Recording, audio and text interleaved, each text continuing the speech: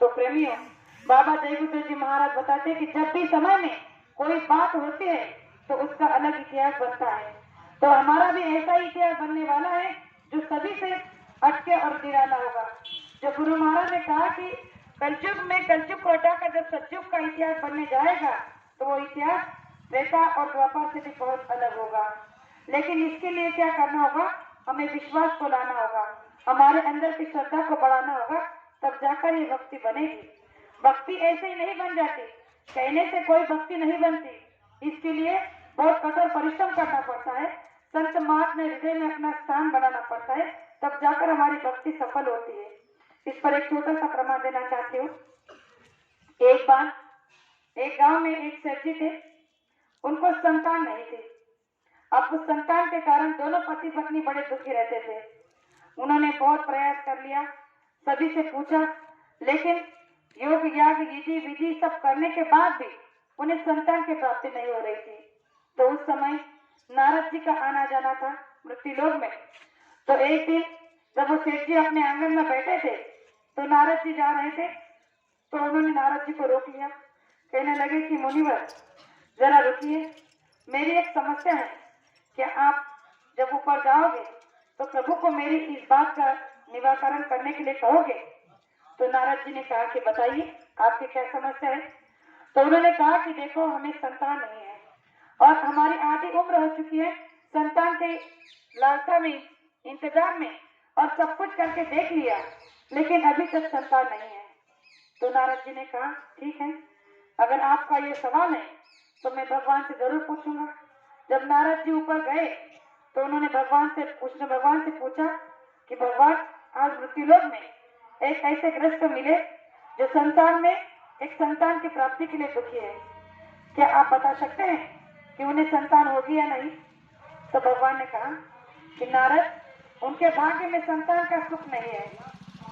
क्या कहा? कि उनके भाग्य में संतान का सुख नहीं है, जब तुम जाओगे तो बता देना। अब वो सेठ जी जो है नारद जी का इंतजार करते रहे कि कब नारद जी आएंगे और कब मेरे लिए संदेशा लाएंगे।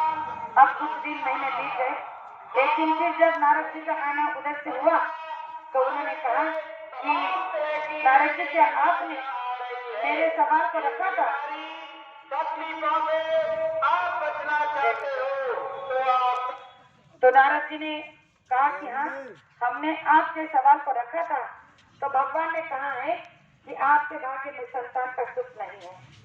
अब वो बेचारे सेठ जी तो समझ गए कि जब भगवान ने ही बोल दिया है कि हमारे भाग्य में संतान का सुख नहीं है तो ना सही। अब वो तो इस बात को मान चुके थे, लेकिन बहनों का हृदय बड़ा कोमल होता है। वो बहन, वो देवी इस बात को मानने के लिए तैयार ही नहीं थी कि मुझे संतान नहीं होगी। अब एक दिन ऐसे घर में रोटी बना रही थी कि कोई महात्मा गली में जगा रहा था, कह रहा था कि कोई मुझे एक रोटी देगा तो मैं एक बेटा दूंगा, अगर कोई मुझे दो रोटी देगा तो मैं दो बेटा दूंगा। अब जैसे ये बात उस बहन ने अपने घर में रसोई से सुनी, दौड़ते हुए बाहर आई, कहने लगी, अरे रुकिए महाराज रुकिए, मैं आपको दो रोटी ला कर देती हूँ। उसने गरम गरम दो रोटियां बनाई और उस महात्मा की झोली में डाल दी। अब सौभाग्यवश 2-3 साल के अंदर में दो बच्चे उनके घर में हो गए। अब फिर से नारद जी का एक दिन आना हुआ तो सेठ जी उन बच्चों के साथ में आंगन में खेल रहे थे। अब नारद जी को लगा कि इनके भाग्य में तो संतान का सुख था नहीं, फिर ये बच्चे कहाँ से और किसके हैं? जाकर पूछते हैं। जब जाकर नारद जी ने सेठ जी से पूछा कि सेठ जी, ये बच्चे किसके हैं?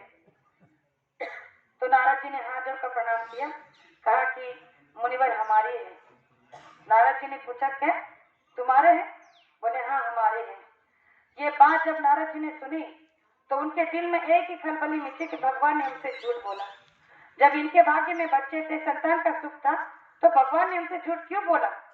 अब जाकर भगवान से इसका सवाल पूछते हैं और बड़े गुस्से में ऊपर जा रहे हैं भगवान के पास। अब भगवान ने जान लिया कि नारद किस बात को लेकर उनके पास आ रहा है। जैसे ही नारद जी को आते देखा दरबार में, तो भगवान ने अपने हृदय पर हाथ रखा और बड़े जोर से कहराने लगे कि हाँ मुझे बहुत पीड़ा हो रही है, हाँ मुझे बहुत दर्द हो रहा है। और इस तरह से दर्द में भगवान को देखकर नारद जी जो बात बताने वाले थे वो भूल गए और डरते हुए भगवान के पास गए, कहने लगे, अरे भगवान क्या हुआ, आपको किस बात का दर्द, किस बात की पीड़ा हो रही है? कहने लगा कि पता नहीं, मेरे हृदय में बड़ी पीड़ा हो रही है। तो नारद जी ने पूछा कि इसका कोई इलाज तो होगा, कोई दवा तो होगी? कहने लगा कि हाँ, इलाज तो है कि कोई अगर अपना हृदय निकाल कर मेरी छाती पे रख देगा तो मुझे आराम मिलेगा। अब जैसे ही भगवान ने नारद जी से कहा तो नारद जी ने कहा कि ठहरो ठहरो भगवान, मैं अभी आपके लिए हृदय का प्रबंध करता हूँ। अरे मृत्यु लोक में आपके कितने भक्त हैं, एक क्या मैं 1000 आपके लिए हृदय ला सकता हूँ, आप जरा ठहरिए। फिर दौड़ते हुए मृत्यु लोक में आए, हर किसी से पूछ रहा है कि भगवान को हृदय की जरूरत है, उन्हें बड़ी पीड़ा हो रही है, बड़ा दुख हो रहा है, दर्द हो रहा है, लेकिन कोई अपना हृदय कैसे निकाल कर दे सकता है? हर किसी से पूछ रहा है, लेकिन किसी ने अपना हृदय निकाल कर देने की बात नहीं की। जब नाराज होकर जाने लगे तो वही महात्मा जिसने कहा था कि एक रोटी पर एक बेटा दूंगा, दो रोटी दोगे तो 2 बेटा दूंगा, वो एक पेड़ के नीचे बैठे हुए ध्यान में बैठे हुए थे। जब उन्होंने नारद जी को देखा तो नारद जी को आवाज लगाई कि अरे मुनिवर, कहाँ भागे जा रहे हो, क्या बात है? तो उन्होंने कहा कि क्या बताए महात्मा जी, भगवान को हृदय की जरूरत है, बहुत पीड़ा हो रही है, बहुत जलन हो रही है, और उन्होंने कहा कि अगर किसी का हृदय मुझे मिल जाएगा और अगर वो हृदय में उनका हृदय अगर मेरे छाती पर रख दोगे तो मुझे आराम मिल जाएगा। तो उस महात्मा ने पास में पड़े खंजर को उठाया और कहने लगा कि रुको, लो ये मेरा हृदय लो और लेकर जाओ। अब जैसे खंजर को उठाया और हृदय निकाल कर देने लगे तो नारद जी ने कहा कि ठहरो ठहरो। सोचने लगा कि अगर इसने यहाँ हृदय निकाल कर दे दिया और अगर ये मर गया तो इसका दोष मुझे लग सकता है, इससे अच्छा है कि मैं इसे ही भगवान के पास ले जाऊं और वही इसका हृदय निकाल कर दे दूं। अब भगवान, जब नारद जी उस महात्मा को भगवान के पास ले जाने लगे और जब दरबार में जाकर देखा तो भगवान बड़े आराम से अपने सिंहासन पर बैठे थे। तो नारद जी जब उस महात्मा को लेकर गए तो पूछा, अरे भगवान, आपका दर्द पीड़ा खत्म हो गई, किसका हृदय मिला? तो भगवान ने कहा किसी का नहीं। फिर कैसे शांत हो गई आपकी जलन? तो कहने लगे, एक बात पहले बताओ कि जब मैंने कहा कि मुझे हृदय, मेरे छाती में जलन हो रही है, अगर किसी का हृदय मुझे चाहिए तो क्या तुम्हारे पास हृदय नहीं था? तुम भी तो मेरे भक्त थे। अगर तुम उस समय तुम्हारे छाती से अपना हृदय निकाल कर दे देते तो शायद तुम्हारी भक्ति बन जाती, तुम्हारे लिए मेरा दिल में और भी स्थान बढ़ जाता। लेकिन तुमने क्या किया? मृत्यु लोक में गए और लोगों से मेरे लिए हृदय के मांगना के, लेकिन किसी ने नहीं दिया। तो किसने दिया? इसने देने की बात की। अरे जो मेरे लिए हृदय निकाल कर दे सकता है, क्या मैं उसके बात पर, उसके कहने पर किसी को 2 बेटे नहीं दे सकता? तो कहने का तात्पर्य है प्रेमियों कि गुरु महाराज यही चाहते हैं कि अगर मैंने आपसे कुछ कहा है तो आप क्यों नहीं कर सकते?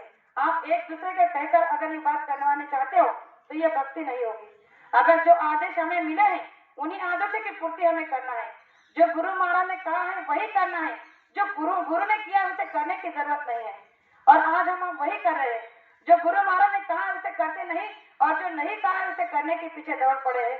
तो प्रेमियों, भक्ति अगर बनानी है तो पहले गुरु के हृदय में अपना स्थान बनाना होगा।